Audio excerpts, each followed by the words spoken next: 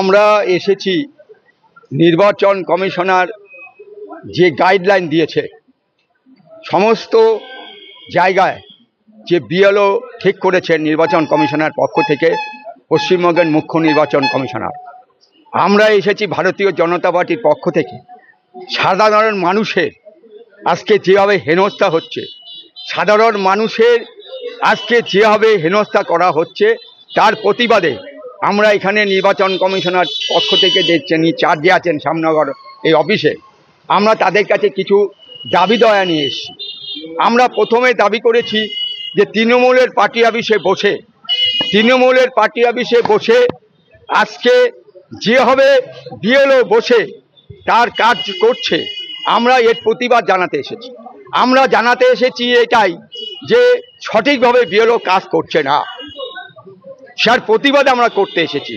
আমরা চাচ্ছি নির্বাচন কমিশনার গাইডলাইন ফলো করে ভারতীয় জনতা পার্টির পক্ষ থেকে বিরোধী শিবিরে আমরা পক্ষ থেকে জানাতে এসেছি বিএলও যারা নির্দেশ হয়েছেন তাদের নিরপেক্ষ কাজ করুক।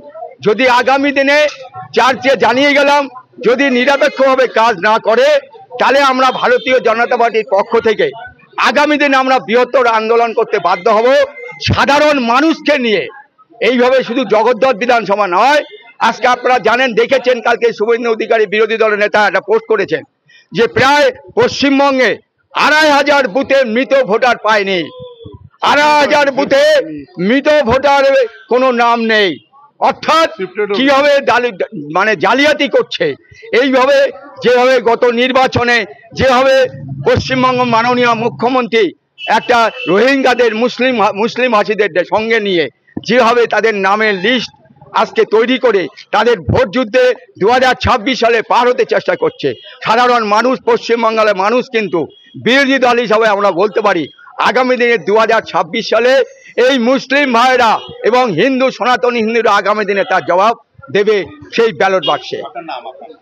আমি আপনাদের যেটা বলতে চাই, এই চার্জকে আমরা জানিয়ে গেলাম, যদি এর সদুত্তর না হয় শুধু বসে থাকলে এবং বিএলওরও সঠিকভাবে কাজ করছে কিনা তার রিপোর্ট আপনাকে নিতে হবে। আমরা এর প্রতিবাদ করতে এসেছি।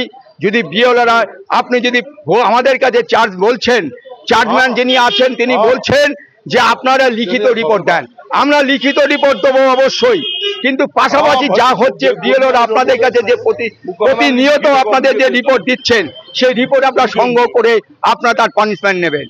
সুতরাং আমরা চাই নিরপেক্ষভাবে কাজ হোক এবং সে নিরপেক্ষভাবে যদি না হয় আগামী দিনে ভারতীয় জনতা পার্টি রাস্তায় নেবে প্রতিবাদ করে যে নির্বাচন কমিশনারকে আমরা জানাবো। আমার নাম শ্যামল তলাপাত্র, আমি ভারতীয় মজদুর জনতা পার্টির সভাপতি, জগদ্দল বিধানসভা।